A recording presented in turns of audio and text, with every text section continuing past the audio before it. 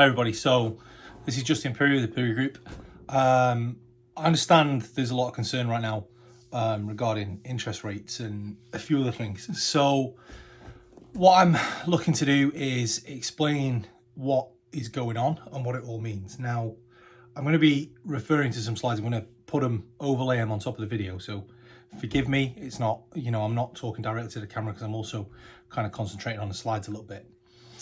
Now, over the last 6 months, we've seen a steady uptick in the interest rate. Certainly in the last 12 months, we've gone from 3% to where right now we're seeing 30% fixed rate mortgages. That's a lot, that's a big jump, big enough to put anybody off, and the way that all kind of looks. But this is being done to arrest inflation. Okay, so this isn't causing inflation, this is arresting inflation. So I'll get a little bit deeper further on, I'll explain it a little bit more, but the whole point of this thing is that inflation slows down. Okay, now I'm going to show you this slide. This slide is all to do with buying power. Now, the biggest thing that we should really think about when we're talking about mortgages and what we want, what is best for us, is the buying power, because credit scores control rate, income controls what you can afford to borrow, but it is all controlled by your debt to income ratios and your affordability calculators. So when I say affordability calculators, the bank makes a decision about, well, we will accept that this person can afford a mortgage payment of $200,000 a month. A mortgage of, in this case, $350,000 a month, because we know they can afford $2,328 a month. So as that interest rate goes up, that purchasing price comes down, because to maintain that $2,328, the purchase price, with the interest rate going up, the bank wants more money for loaning you the money. So what they do is they take that out of the primary. So the ratios change. And that's what I mean when I talk about affordability calculators. It's kind of explained really well in this slide that you can see somewhere on the screen, or it may be washed over the whole thing. So that just gives you an idea about what this means and what is going on with it. Right, let's talk about the next slide. So this is what I mean about inflation driving mortgage rates. So mortgages aren't based off of the prime points in the interest rate. The interest rate is there to control inflation when the interest rate is low, as you can see in this graph. So the interest rate was low started to come down in July 2018, really come down. And that was because inflation was very, very low. Now, obviously that came down, which meant the prices of goods had the capacity, because people had more money, to start going up. So as that rate come down, house prices go up. Now they're trying to arrest that, so the house prices come back down.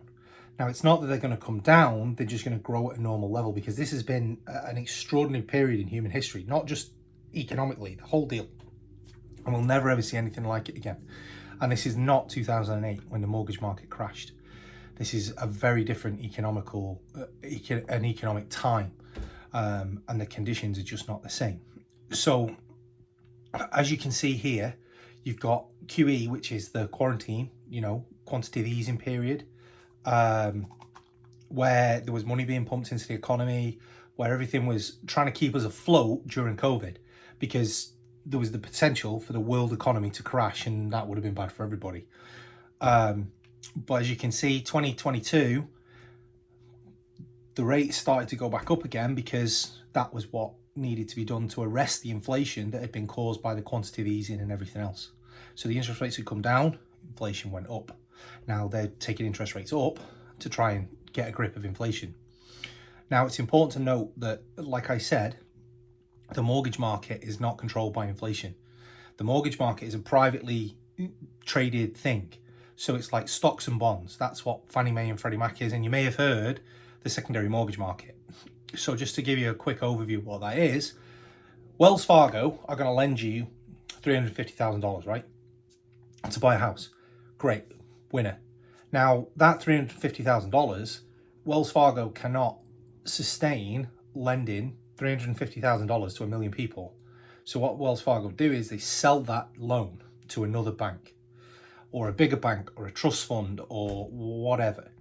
That is essentially what the secondary mortgage market is. And that's the way that all works. So then they've got the money again, and then they can make their money on arranging the loan and the initial interest until they sell it, but they sell them real quick. And if you've had a mortgage before, you're going to understand that you get those letters every now and again where they say, oh, we traded your mortgage off to somebody else. None of the terms are going to change. That's because it's been traded on the secondary mortgage market because somebody wanted some money out of it. Anyway, cool. Let's go to the next one.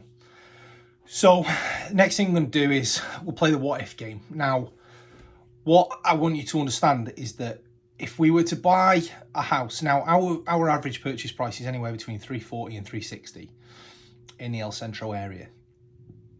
It's a little bit higher in Calexico and Imperial.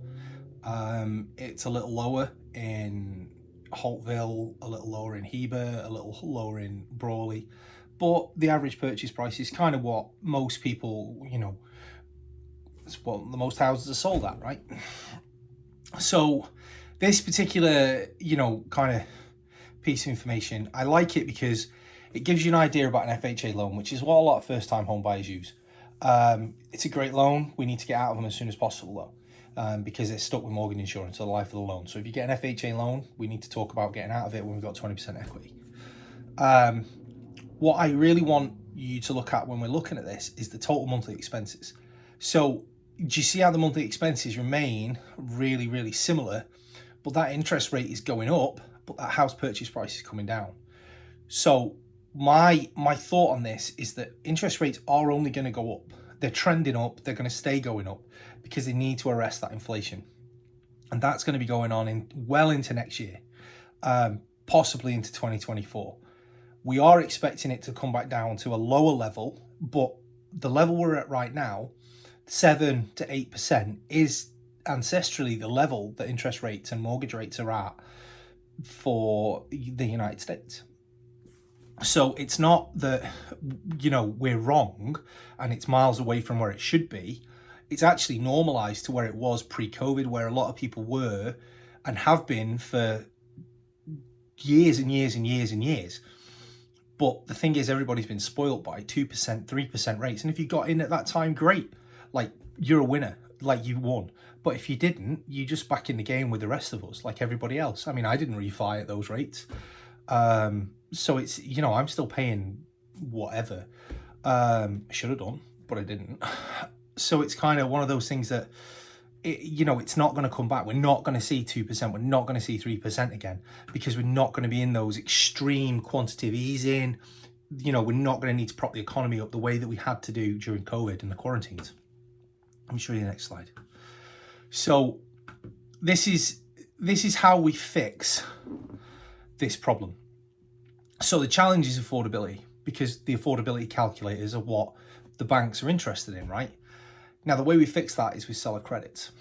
So I don't want you to think that this is not something that we can just get around. I mean, we can do this. We can get you into a home that you own, and you will be at a reasonable interest rate until we arrest this inflation and everything changes a little bit and those interest rates come down, the mortgage interest rates come down.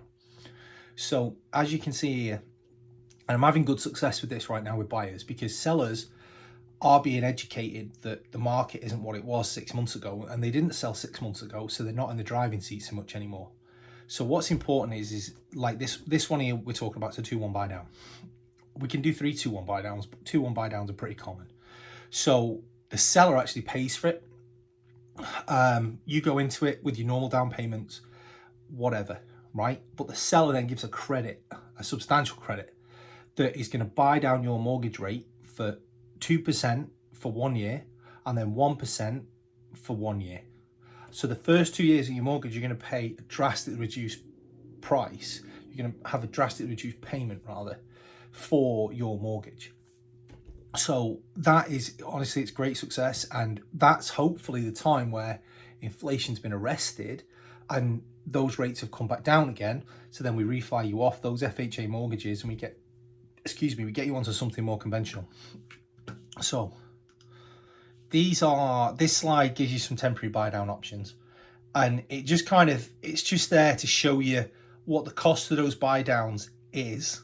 Now, if you're looking in the 350s, the average purchase price for a home in the Imperial Valley, right?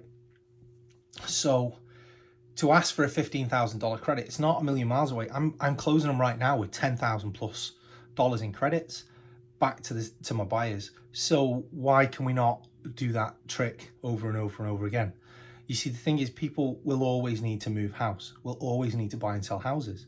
They need to upsize, they need to downsize, they move out of state, they're going somewhere else with work, they're relocating, they need something bigger, whatever. But people are always going to need to do this.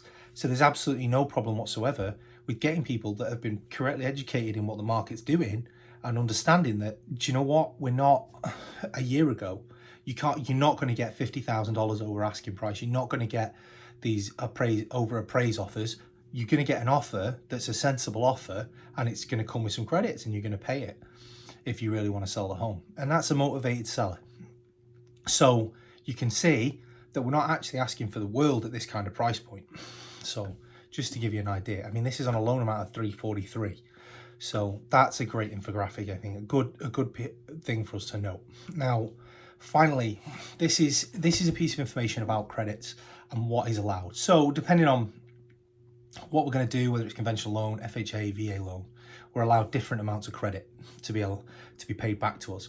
Now, you know, I'm really not worried about a lot of this, but obviously it does mean that, for example, if we do an FHA loan, we can only go to 6%. So you gotta understand that although we might get the 6%, we might have to, and you can't pay for a buy down either. That's important to note. So you might not be able to put that some extra towards closing costs. You might just be buying your buy down. But I am also seeing it. For example, I just closed a conventional loan this last week. The home was priced at $300,000. We closed that one, and it came back, and he got $10,000 in credits, plus repairs were done, plus a tree was trimmed, plus etc. etc. etc. So you know, it was a well-educated seller. So we can even ask for more than the buy down and try and get that cost of actually purchasing the home down as well, and start chewing into those closing costs, because why not?